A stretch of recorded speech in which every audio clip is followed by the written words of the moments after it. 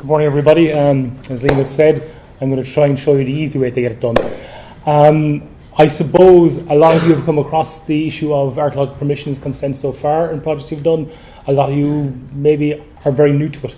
So I'm just going to try and give a rundown of what's involved, why we look for consent, why it actually is necessary. And I suppose the first point I want to make is that in the majority of cases, the projects you're going to work on, they're going to be monuments because they're going to be physical structures or locations or places. They're going to be part of the heritage that you value, and that it needs to, the value that you give is very similar to sort of the state and the cultural values that we ourselves give to them.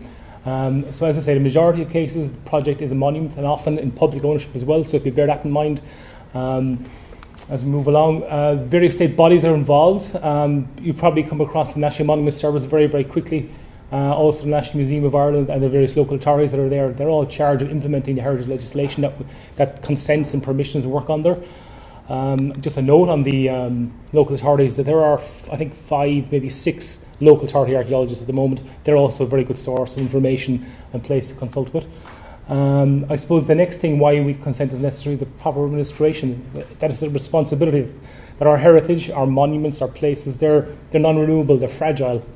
And it's paramount that they're driven by the aim to enhance our community well-being, but also to sort of enhance our pride of place, and in a way as well, sort of try and look at the potential for economic spin-off through heritage tourism, ecotourism, etc., and what's going on.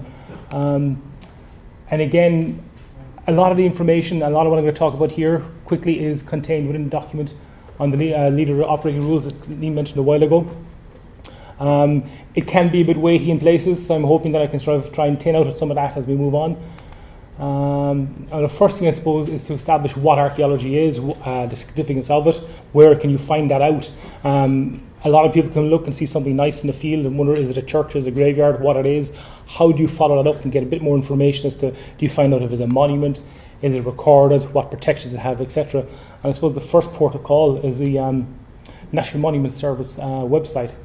If you go on here, it's simply www.archaeology.ie. That has a very good interactive GIS-based system for finding your site, your location.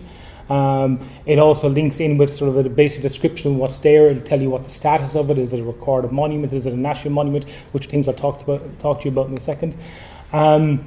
And it's been compiled by various sort of legal registers. They're probably the biggest one you come across is the Record of Monuments and Places. It's a legally enshrined listing on maps and on a sort of a paper listing of all the known archaeological sites and monuments in the country, and it gives them a level of protection. You'll also come across national monuments and preservation orders. They're all, again, various instruments that are there to try and protect the heritage. And also, not only is archaeology based on this website, which I'll just skip on, it also has the various post-1700 architectural sort of built heritage structures, a lot of which are protected structures in the local authority development plans, but also are included in the National Inventory of Architectural Heritage.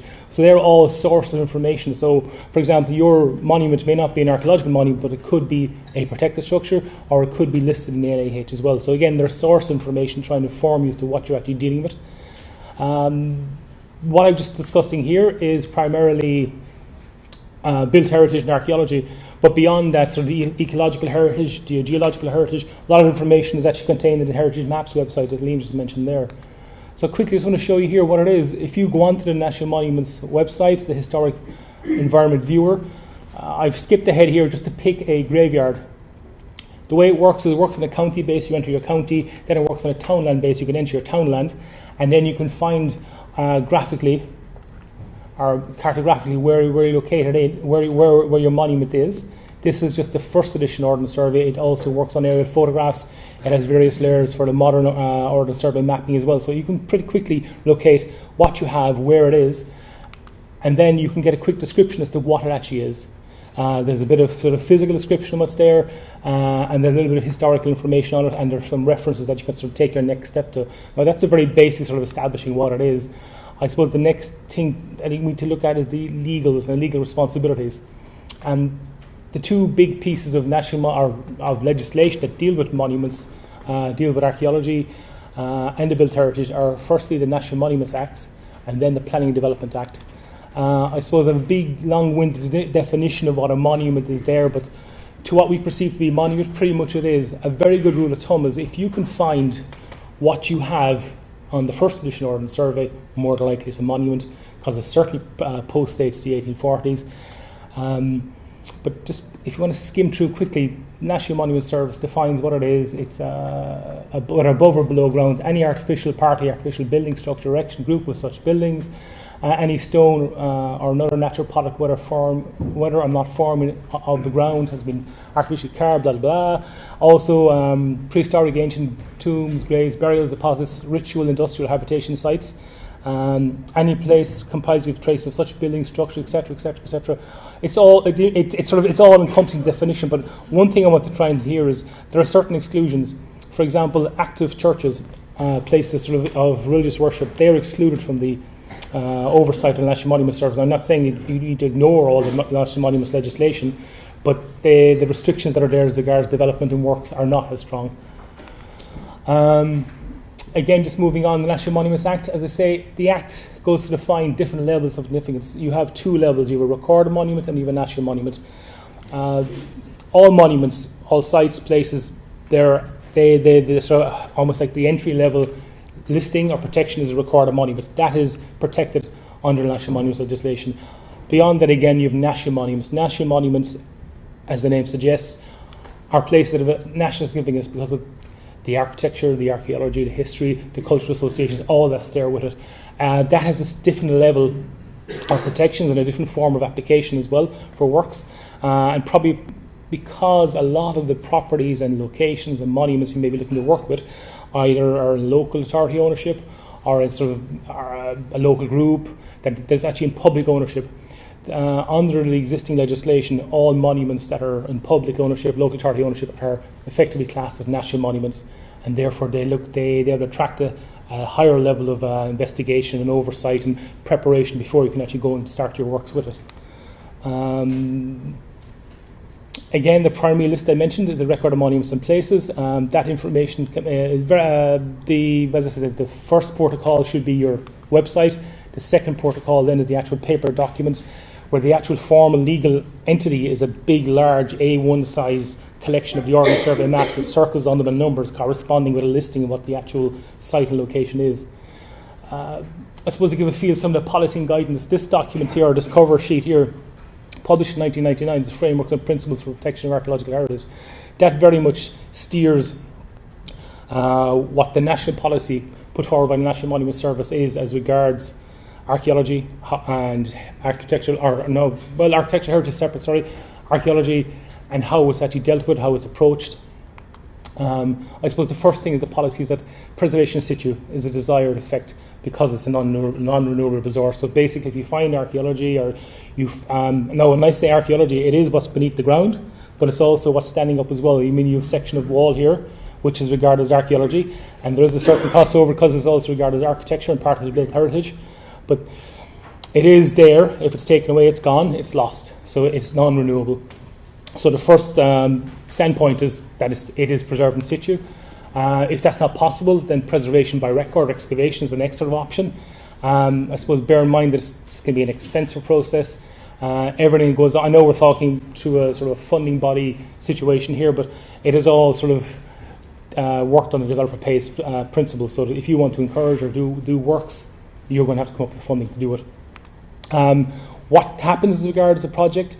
If you're preserving in situ, should we say, or if there's some sort of need to alter or excavate, the permissions and the consent for that is determined by archaeological assessment. That's the next sort of policy leg that the National Monument Service work on, that you may come up with a proposal, but you need to have that assessed to say what impacts it may or may not have. If it will have impacts, what sort of solutions and mitigation you want to put forward that will actually minimise those or remove those, or work best to safeguard the archaeology and the monuments. And as I say, this information can be found in this document that's available online, again as part of the National Monument Service website. Again, there are three different parts to the National Monument Service that you will come across. The first part is Section 12. It's a requirement to give 2 months notification to the National Monument Service for any works you want to do to a structure. or to to a recorded monument, a recorded site. This is more so to do with standing structures where you're not actually breaking ground.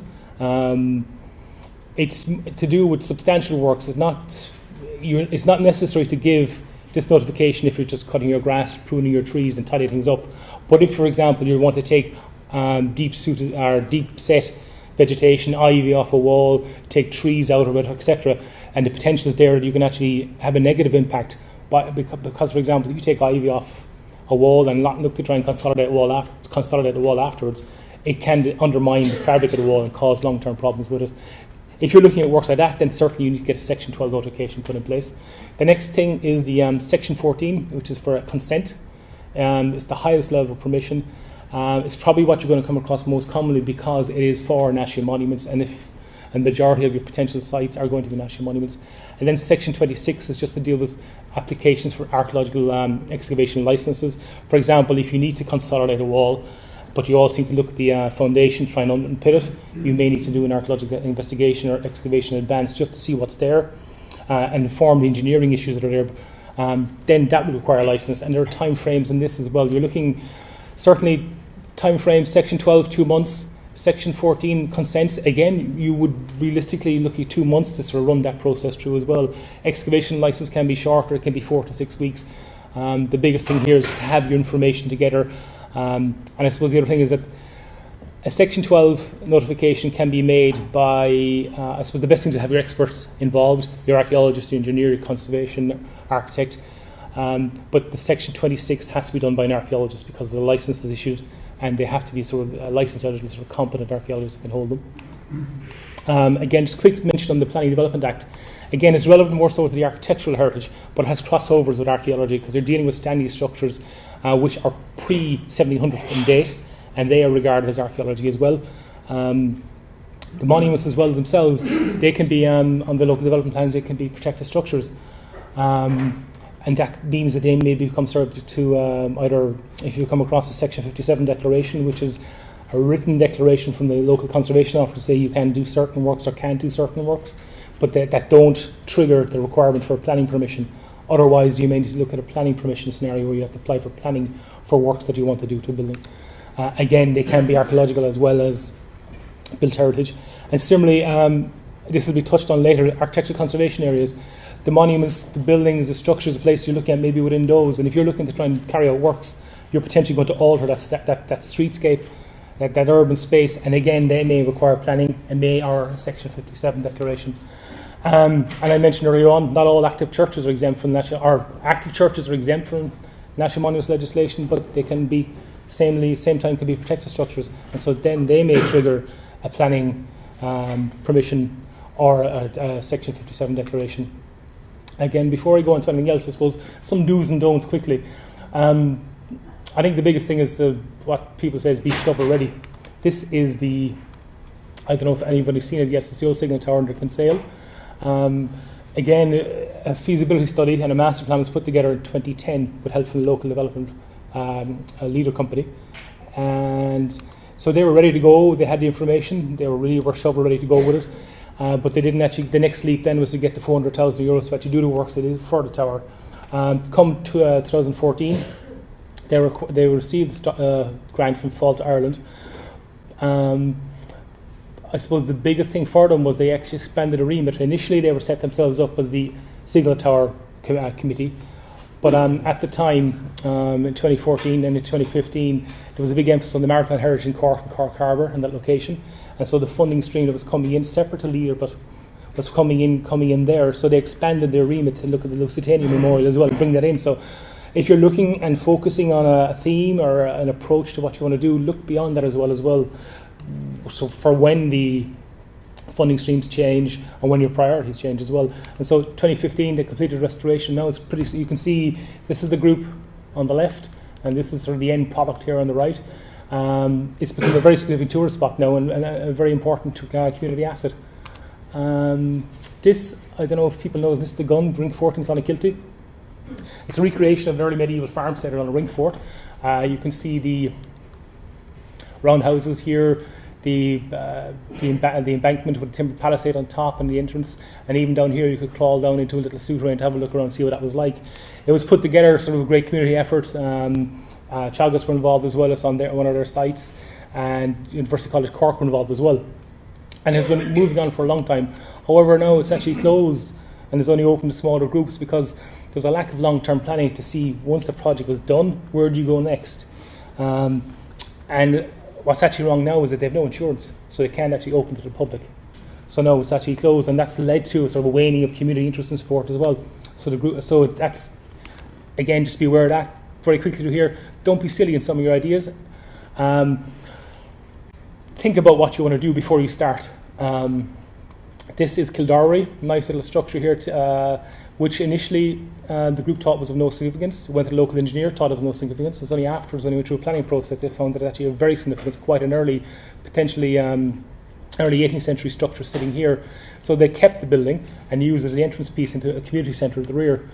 Up here, it's hard to see, it's after bleeding out small, but you have a nice grave marker here, but the local group, in their hurry to actually get stuff done, went to sandblasted it and managed to sandblast out all the inscription there, so it's gone from the panels there. So just be aware of things like that, that what you may see as being a thing to do is not the thing to do, and seek your advice. And unfortunately, down at the bottom here, a graveyard where a local group, again, thought a great idea to try and clean off the grass area inside in the graveyard, level off some of the grave markers, so they were pushed to the side and the area was tracked over. These things have been remedied a bit since, but these are the things, think before you jump at anything like this. And these things are sort of just, once it's gone and done, it's non-reversible. Okay, quickly, the first thing to do, if I go back to, I mentioned a while ago about the pillar that the National Monument Service assess everything before it's done. The first step to assessing anything is to actually create a plan for what you want to do. That document then can go forward, inform A, your archaeological assessments, and B, your help your sort of planning or your funding applications as well. So so basically put together a master document. I should actually say before this, build a relationship with the local authority, build a relationship with the National Monument Service. A quick letter before you start anything to the director of the National Monument Service will tell you whether your project is a flyer or not. You can be realistic in what you do, and you can be very aspirational in what you do, but just don't look to try and rebuild the Great Wall of China or something in your back garden, because that's not going to fly. But just before you actually go down the road of employing experts, employing archaeologists, etc., just have a think about, is it achievable or not? Certainly the National Monument Service will be open to helping you on that, and the local authority archaeologists. Be informed of what the subject of what the structure is. Is it a monument? Is it a place, location? Know what it is. The ownership and status. Who owns it? Is it locally owned? Is it privately owned? If it is, you need permissions from both. Is it a recorded monument? Is it a national monument? And I suppose in your plan as well, say why it is important to you. Is it archaeology, history, cultural heritage? What makes it significant? What the aims of your project are. Is it to rebuild, reconstruct, consolidate, clean, all those things? And how are you going to achieve them? I mean, who's going to do it? How is it going to be done? What the meta statements are? Are the people doing it? Do they know what they're about? How you're going to get involved as well? What you're going to get from it? I suppose the costings as well. Obviously, your costing is very important for your funding application, but not for your initial application, but down the line as well. If you think of doing anything in stages, do it over. If you have a big project, do it over a number of years, and you can tailor your funding applications to each stage. And again, seek professional advice. Get your archaeologists, your architects, conservation engineers. Maybe have them within your group. If you don't, it's worth maybe having a chat. Maybe it's a friendly local archaeologist who actually won't be looking to try and sort of make a killing out of you and give you a bit of advice before you get to any sort of relationship, and build those relationships as well. Again, prepare the plan, but also be able to review it as circumstances, funding streams change. And I suppose be realistic, yes, aspirational. I'll go quickly through here. This was a quick plan that was done for the Cloyne Community District Council. It just wanted to try and improve the whole public realm, improve the focus on the historic core. This is Cloyne Cathedral, this is sort of the historic core of the town around here, and then just look around the village as well as to what they wanted to do. They wanted to improve the entrances into the village, they wanted to put a number of sort of walks around the location, things like that. Just put that information into your plan. This quickly is Greg de Manna. Duscab being Greg de Manna. It was a privately done, a privately sponsored project, or at least a private individual put it together. And again, the whole idea was to try and open up the remains of Dúis Gabhadh, which is an early 13th century Cistercian foundation. So the church of Dúis is here, but also there's a whole sort of plethora of medieval fabric, and the whole thinking was to try and create linkages through from the waterfront along the river, up, in and around. A very well received report, a very well received concept, and it is almost shovel ready now, just to try and follow on through with it. The next thing after doing your plan is that you have an archaeological assessment done. That will go through, it'll repeat to an extent what's in your plan already, but it'll also put it into an archaeological framework that the National Monument Service, local authorities understand and look for, and they'll be able to read that. Again, it's all about significance, what it is, where it is, what you want to do, how you're going to proceed through that, what your aims are, and how you're going to work with the various stakeholders, particularly the National Monument Service, the local authority, and also just your own community as well, and how you want to work with that. And it's going to be a touchstone into the future for all that you want to do. Now, the actual paperwork that goes with it, as I mentioned, you have after you've consulted the National Monument Service, you'll know exactly what they want. Do they want a consent application? Do they want Section 12? Do they want an archaeological excavation licence put in place? This is just a consent application document. Best thing to do is get your archaeologist to prepare this. You can do this and put some information together, but you need the name to go with it. The excavation licence must be done by an archaeologist who will hold the licence and be legally responsible for it.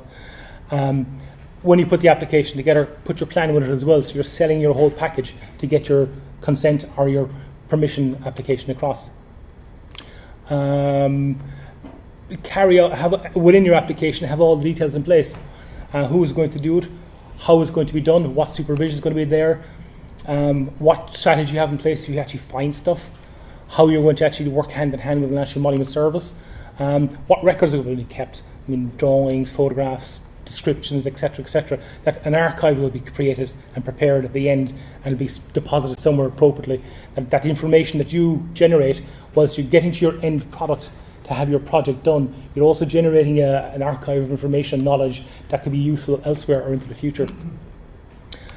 Once you have your consent, then the next thing to do, obviously, inform your leader group. You can then start going with your actual funding, etc. You can work through the tendering process, contractors, specialists, etc. Get your professional advisors, your architects, engineers, involved in this whole tendering process, so they can actually tailor the brief what's needed. So you're getting stuff that's needed, not what you want and not what you don't want. And again, ensure that everybody knows what's going on. Have a heritage induction so the community people are involved, the professionals are involved, the contractors are involved, that they all know the value of what you have and what your aim is, what you're hoping to do. Very quickly, just to run through what's there. First stage, your initial idea, heritage, asset or not, monument or not, ownership, permissions. Get all that information together, then contact the National Monument Service. Once you're getting good feelings, good ideas, feedback from them, then go prepare your plan. Put your information together in that. Put your methodology, your aims, what you want to do, how you're going to do it, what it is, how long you're going to take to do it. After that, then get your archaeological assessment done and have the mitigations and structures put in place with that. Then submit your consent application or your license application or Section 12, whatever it may be. Once you have that, then liaise with the National Monuments, get your consent, mobilise your works crew, should I say, mobilise your community, mobilise your money, and start your works just to get there. And that's it, guys. So I hope I will.